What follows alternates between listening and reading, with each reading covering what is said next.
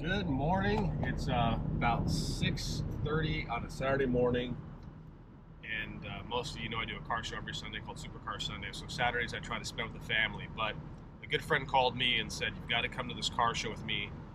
I'll drive something very special." I've ridden in just about every car imaginable, exotics, classics, but I've never ridden in what we're in now. Addy, what are we driving? It's a Mercedes Pullman 600 Landaulet. What does that mean, a Landaulet? Can you point the camera to the back and see it has a convertible top? You see? So a third of the rear of the car is convertible. So it's really a parade car, like government. So it's a convertible limousine, Mercedes-Benz. Convertible limousine, What year? 1971. And how many of these did they make, do you think? 47. No, I know for sure. 47 cars were made. And who owned this car previously? This one was in Senegal, and Senegal had two cars. This and another one, which I don't know where it is right now. But this one ended up back in Europe about 8 years after it was sold, maybe 8 to 10 years after it was sold to Senegal, and it stayed in Europe. So it was really, it's not a very abused car. It doesn't have much mileage on it. Actually, if you look, none of these cars came with a miles per hour speedometer. You see, it says kilometers per hour. It has 27,000 kilometers. It's about 20,000, maybe 18,000 miles. Wow. That's all the car has since new. So apparently it wasn't driven much. There's a long history about these. 1981, I think, the Pope was in one of these cars, and that was the attempt assassination on him. Was on this. His car, it wasn't his, it was the Vatican car, had 4 doors. This one has 6. So there was 2 large doors in the back and the Pope chair. It was Wow. one of them. It was almost impossible to get one of these cars, to buy it. I think the only civilian who owned a car like this was David Bowie. Really? Yes, out of every, yeah. Wow. Yes. There's a book, of all the cars. They made more of the hardtop, not the Landaulet, about 300. Most of them survived because they're still valuable. The only one which is really unrestorable is Pablo Escobar. Oh, that's funny. Yes, his car is complete. I mean, the warehouse was set on fire and the car is completely destroyed. It's beyond repair. So you have a lot of cars.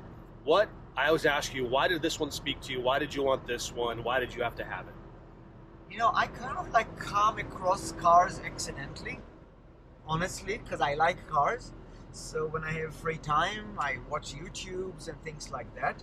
The one that I really wanted was a 300 SL Gullwing. Okay, so when I was looking for 300 SL Gullwing, now I go through all the car dealers in the United States, in Europe, anywhere, right? So I came to Kinley in Germany looking for a 300 SL, and this one pops up. And I say, "What is this?" I remember I'm calling him, I say, "It's a Landaulet." And he said, "No, it's not a Landaulet, not like Bruce Lee." It's he was correcting me because I did not know how to actually say how to pronounce it correctly. Maybe even now I'm not pronouncing it perfectly, but he said it's a Landaulet. I said, "Wow." Now 2019 was a quiet year in Europe. It was very difficult to sell cars, so there was quite a lot of good cars available at the time. And Kinley had this one and had the blue one that was a hardtop. I like the blue one because of the color. I like this one because of the convertible. So I couldn't make up my mind. So what'd you do? I bought both of them. Bookends. Yeah, exactly. So most people, well, big collectors, they'll have a 300 Roadster and a 300 Gullwing. You have 2 600 limos. and a Gullwing. And the Gullwing, which is at the Peterson right now. Yes. It's at the. It is magnificent. I've seen it at Supercar Sunday. That's one of my dream cars. Absolutely. What year is it? It's a 57. So when I was looking for a Gullwing, I saw a beautiful car, strawberry color, and it was in Germany. and it was Rossier, I think, the dealer. And I thought it was really outrageous in the color, which is okay, right? But then I talked to him. He wanted a lot of money for it. I asked him who restored the car. He said Eric, and I forget his last name. It's like a Swedish or Norwegian name, in San Diego.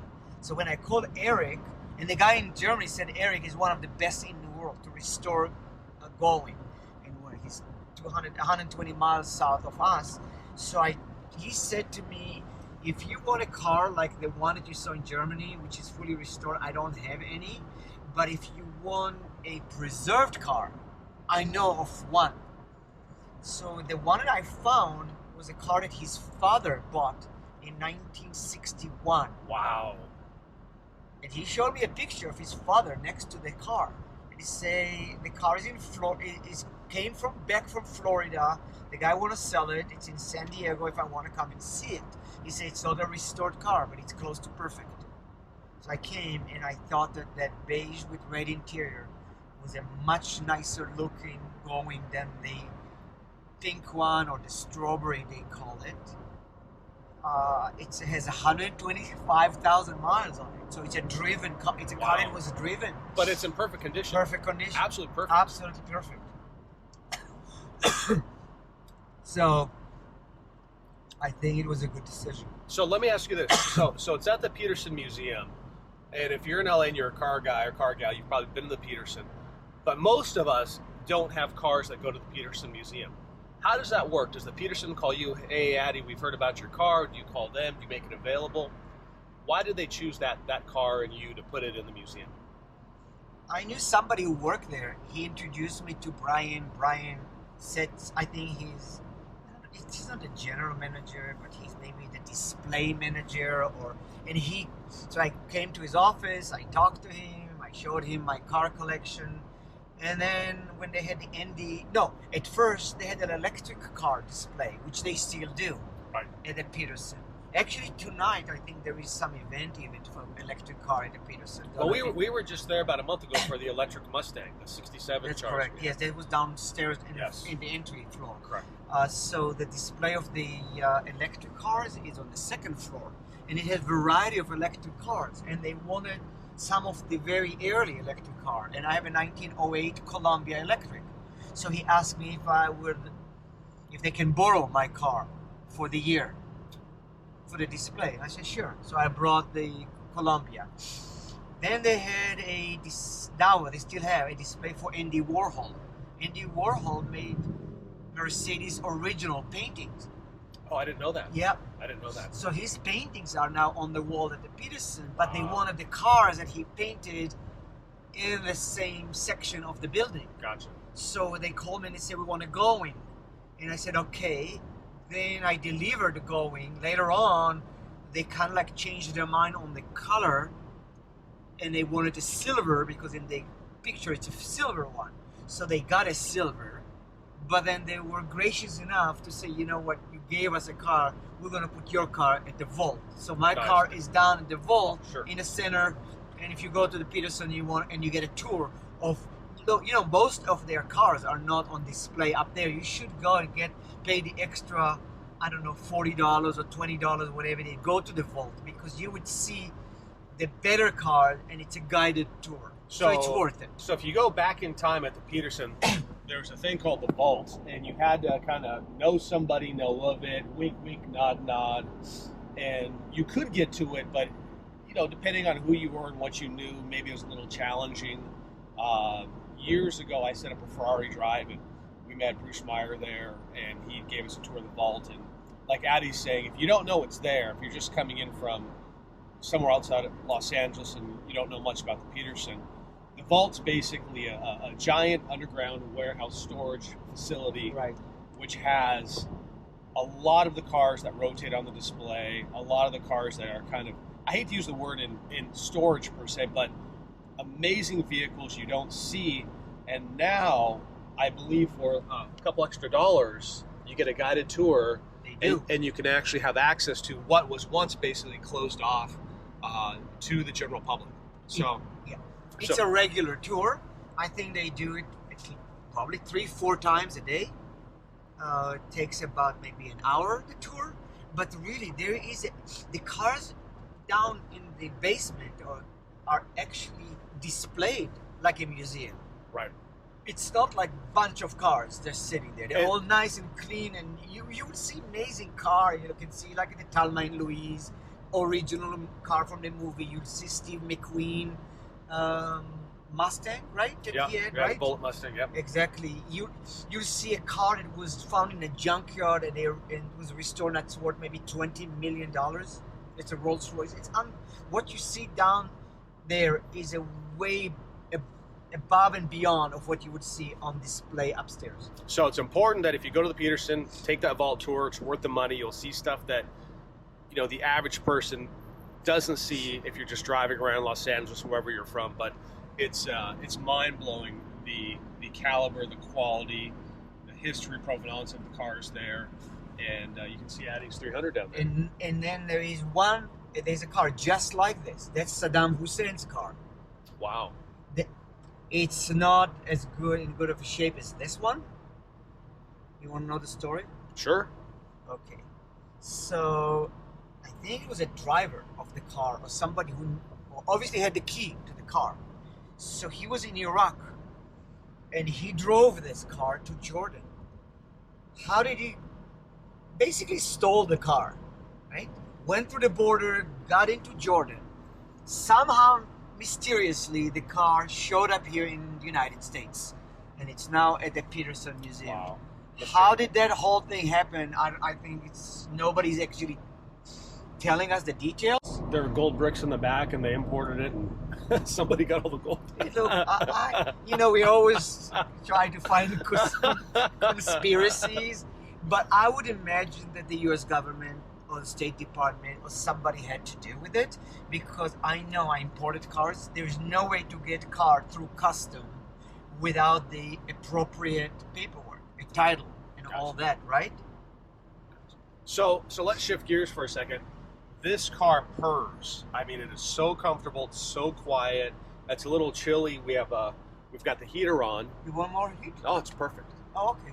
But everybody that drives by us, you guys can't see it, they're looking around and, what the hell is that? Who's in that car? We've got the flags up. But you could literally drive this car across country. I've got my Motor for Toys posters. We do an annual toy drive car show. So we're going to put some posters out. But people have no idea what this car is. I think it's a big, long Mercedes. Who's in it? Is he the president? I'm the security? I don't know, or vice versa. Right. You just don't know. But it drives great. Drives great. Well, here's the reason. The GVW of this car is 7,200 pounds. Wow. Okay, so now you have, this thing weighs like a truck, like your truck probably. Yeah. But it's an air ride car. Air ride? Air ride. 1971. 1971 air ride suspension. Well, don't be surprised because Cadillac Eldorado in 1959 was air ride. I didn't know that. Yes, all the Eldorados. So a Biarritz from 59. Yep. Anybody who's looking for a Biarritz, look underneath and see if it's original or not. I mean, people did remove the airbags, but all Biarritzes were airbags. So there were airbags cars made even before this one, even a US made one. So that's why this thing rides like this. I mean, there's no vibration. No, it doesn't shake. It drives very, very smoothly. It's worth watching Jay Leno a garage talking about his 600. He would give a really good description of how this car was made. There was no concern of how much it costs to design and build this car. Wow. There was no budget, and then, when you give the German engineers a no budget and say do whatever it is that you want to do, you end up with windows which are hydraulic. You see this? So this everything in this car that moves is all hydraulic, including the trunk. Including the trunk. So the trunk, you press a button and it comes down about hydraulic 1,000 miles per hour. If you have your hand there, it'll take your hand off. Yes, it's problematic because hydraulics, when they sit, seals get dry. Sure. And they start leaking. So one of the biggest nightmare of this specific car is the hydraulic system. Hydraulic by nature is simple. It's a pump, switches or actuators, sure, lines, and pistons. Right. Right? That's all there is to it. It's in every, all the machineries and everything. But when it's in the car and it starts leaking inside your door, you see a puddle of oil Ooh. in it. So, But you drive this car pretty frequently. yeah, but not frequent enough. So that's the problem. You probably need to start a car like this once a week, twice a week, and drive it and exercise every single motor in it and hydraulic. Get the fluid going. Yep. Yeah, let the fluid going. Yep. You saw this morning that it didn't want to close. Right. So you have to exercise it. Sometimes there's some bubble airs. Right. It's similar to brake line. Right. Well, it was really cold out too. I mean, California cold, and but So, once it started moving, it closed just fine. Yeah. Look, it's even the vent, fresh air. See, I marked them. You see in here the fresh air. You see it open a little flap? Yeah. The little flap is hydraulic. This one is the divider. What you hand? Yep. Divider going up. You want back? Yep. Here, goes down. Wow. So cool. Yeah. So, I mean, look at the wood and all that stuff. It's a hand-built, handcrafted car, Unbelievable. right? Well, we're almost to the car show. I'm going to sign off for a second with Addy. More to come. We'll do a walk around, talk about it. And on the channel, the last time we talked about this car and his other 600, I think that has more comments and more hits. More people asking about this car, asking about the book that Addy has, and something, if you're a Mercedes-Benz fan, if you're a historian, this car is very significant. A lot of innovation, just like the 300s. The 300s were filled with innovation when they came out, really changed high performance automotive. Some would argue they're the first supercars. But we're going to hop off the freeway, so I'm going to enjoy the ride with Addy, and we'll do some more video at the car show. So, as always, Addy, thank you, sir. Of course. Good morning. It's about 6 a.m. at Supercar Sunday. It's Classic Mercedes Day, and the moon's still up. And I wonder what the first car is going to be, Classic Mercedes. And I think I know who it is because I think they're coming in. But there's the sunrise. And what do we have for Classic Mercedes Day? What's the first car?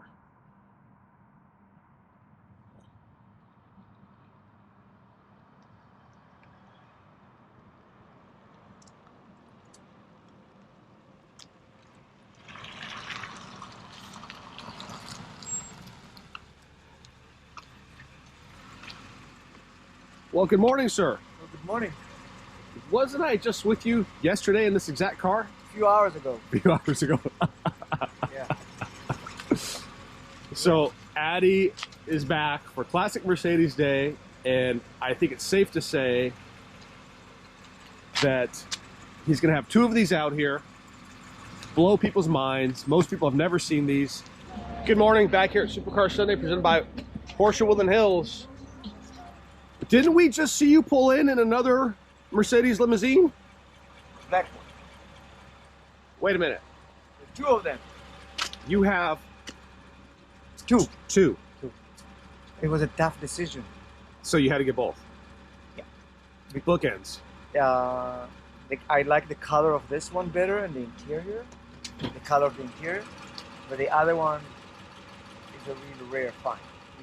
There would not have been... it's hard to have another opportunity to get one of those. Does anybody else in the world have 2 that you know of? Yeah. Oh, really? I thought for sure you'd be the only one. Nope. Let me take a quick walk. You around wanna know who?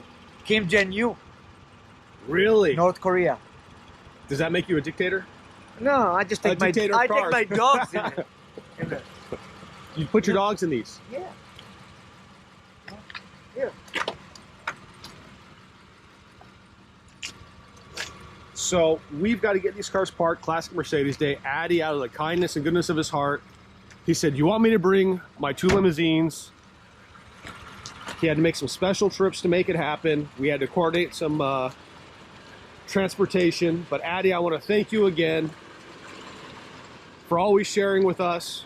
Sure. All of your vehicles. I never shared the 2 side by side ever. I don't know if it will ever happen again. It's truly an honor. For the Queen of England. That's how the flags go in. And for my girlfriend from Luxembourg.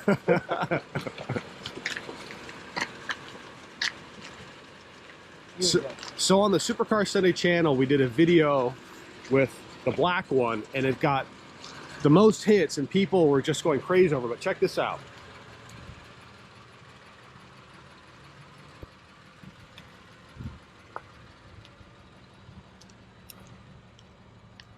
Sun's coming up. This is what puts the super in supercar.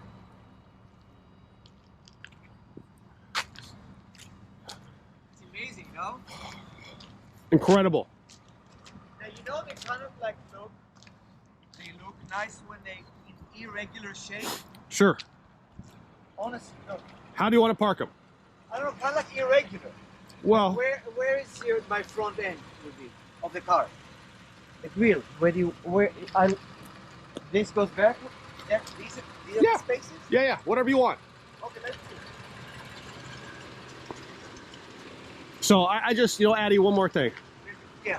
I just want to thank you again for your efforts in bringing your cars out here, for sharing all of your cars with everybody at Supercar Sunday and in Southern California. You know, you're one of the guys, you're one of us, you have a lot of stuff, and you know, you just who you are, and I really appreciate that. I appreciate your efforts, I appreciate you, and I want to say thank you. You're going to make a lot of people happy today by sharing your cars, and that should be acknowledged. Okay, I want to just mention November 4th? December 4th. December 4th. December 4th. A lot of race cars. So we're doing a race car display at Motor for Toys, motorfortoys.com, at Pierce College. It's our annual toy drive, and we're going to have 11 race cars on display from Addie's collection, stuff that nobody has really ever seen together, and a lot of really super cool stuff. You know, museums don't have what he's got, and he's going to bring them out. So get out here, bring toys for kids, and you know, I'm going to say thank you for that too, Addie. Okay. And I want to say one thing. Oh. People don't understand the logistics of getting the cars out here. You know, I put on the show, and more or less, it's me and a couple friends like Addie and Jay and Doug and a couple other guys who help. Chris puts out the signs when he's here. But it's a lot of effort, and getting these cars here, it's a lot of effort. Thank you, Addie. It's a day work. A day work to get the 11 cars. Well, actually more than that, because you got to... And a day to take them back. Okay, how far do I go? That's good, if you want to keep them. Now, let me see if that's a good angle. So, I'm going to sign off for now. Supercar Sunday. Oh, look at that shot. Look at that sun coming up. That's beautiful. All right, more to come. Good morning from Supercar Sunday, brought to you by Woodland Hills. And yesterday, Addie and I drove this one to a show in Thousand Oaks. First time for me riding in a classic Mercedes limo. And today's classic Mercedes day, so he went through the effort to bring both these over here. Addie, what's the difference? Why'd you buy two? Does anybody else in the world have two? What's the story here? To answer your second question first, yes. Kim Jong-un, North Korea. The dictator. The dictator. Two like this. Convertibles. Convertibles. And the right terminology is Landaulet. Landaulet. Yes. Okay. So let's walk over by the store while we talk. Okay. I was actually not looking for these. I was looking for 300 SL going. Okay. And then I came across Kinley in Germany. You can see their logo. And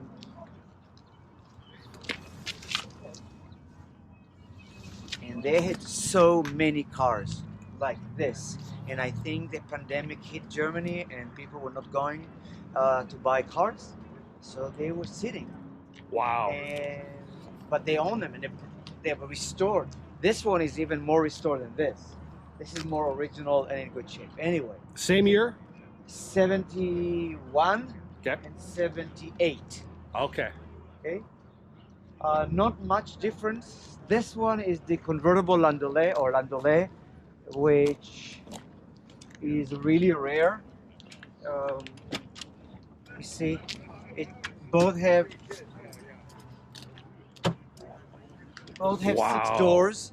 But there's no handle on the outside. Handle. I think that's an appearance. Sure. You know, people say it's safety. I don't think. I think it would not look that good with 6 doors.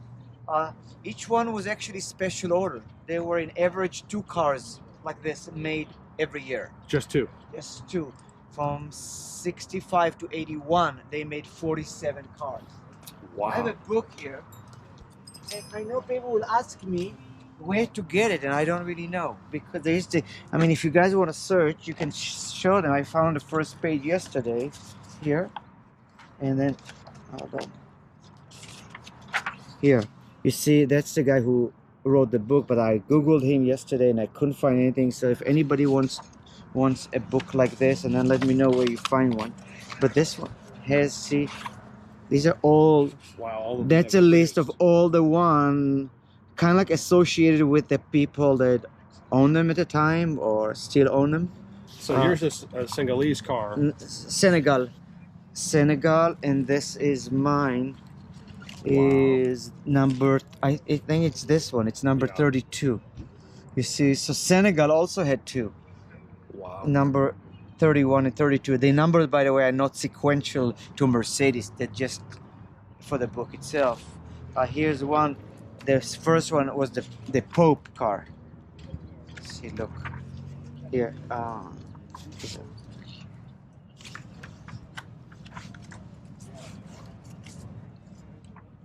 Right there. What, this one? Okay, this one is actually a 4-door car. So there was one extra long door here, and you can see here. Right. You see, this is a door, and that's the chair is right there. Okay, now going to number 2. There were some even more rare than this one. You see that the top goes all the way to the front. So, did you buy these at the same time? Yes, I did. I couldn't make up my mind. I think that the blue one is kind of like prettier in the color combination. You know, the blue's beautiful. The blue nice... and the white, or interior. Look, it's really unique color combination here. So, when I saw this one, I really liked it. Look at the back. And with the curtains, look how kind of like cozy it is inside here. You can wow. So we were driving this one on the freeway yesterday, and again, we both have driven in just about every car there is. He has a bunch of stuff. I've got a couple rusty old muscle cars. But the response from people in this, particularly with the flags up, people were just video cameras, thumbs up, waves. You know, people don't see these amazing limousines. And there we are cruising down the 101 freeway. You know, we stopped at the gas station. We had people come around waving, honking. We stopped at Lavaggio. You know, people were just going crazy over the car. You know, people sometimes ask me if these are modified Mercedes. These are not. These are factory cars. Unbelievable. They were made by Mercedes-Benz. This car was never actually offered in any dealership. It was a factory direct to government. So we were, somebody pointed out yesterday at the car show in Thousand Oaks that mall has the largest parking spaces in Southern California, and these barely fit in the spots, in 2 spots. That's how. Yeah, I mean they're enormous, these cars, and the weight, the GVW on them is 7,200 pounds. I always get the question, talk about the weight, are they bulletproof? And they're not. A bulletproof car like this, and they do exist, the windows don't roll down. Right. And the car is so much heavier, so it's even more difficult to drive. I mean, This is not difficult, but it would be 15,000 pounds. Could be. Sure. Awesome. All right, well, Addy, I'm going to thank you again for everything you do for us. Sure. Sharing everything, taking the effort, the time. It's absolutely incredible. So the event just started, more cars to come. But I don't know at any car show anywhere in the world we've ever had 2 of these together. I may be mistaken, but I don't think that. I don't think that's the case. And I think that the North Korean dictator Kim Jong-il might call Addy and say, "Hey, can I buy those off of you? Maybe I can broker the deal." Yeah, right. Absolutely incredible. This is the rarest one. Yeah, maybe 5 in the US. Wow. That's all. Maybe a bit more, I don't know. Unbelievable. Okay, more to come. Thank you all. Another beautiful day. I'm gonna go talk to these guys over here.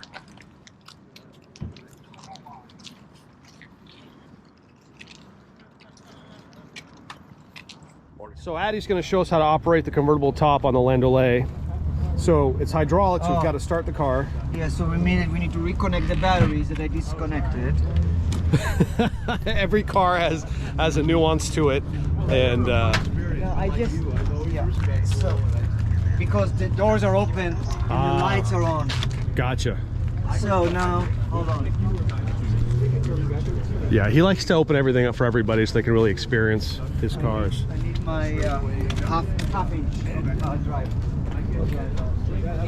So another great day out here, and we're always having fun. We're always having fun. I can do that. Just the shiny part. More to come in a second, ladies and gentlemen. Guaranteed. So we're going to put the top down on the Landaulet, which is the convertible.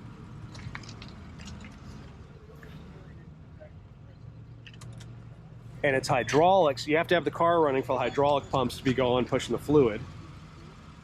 When the car operates correctly, though, by the way, you don't need to do it. But I have an internal leak in an accumulator, so the nitrogen is not pressing against the fluid.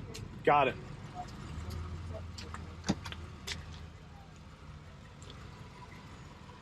Okay, it's working. See how quiet it is? Can you like round it so it doesn't have sharp creases?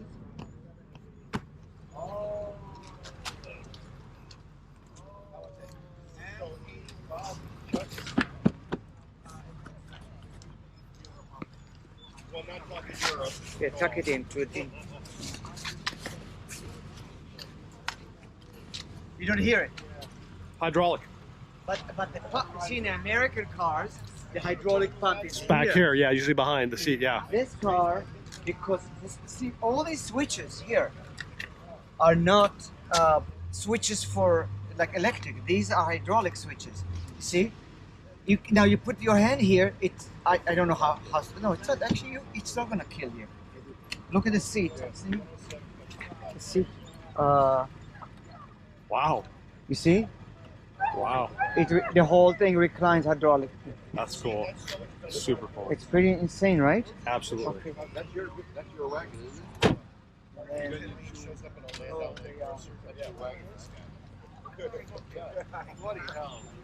There you go. I only found one wrong thing.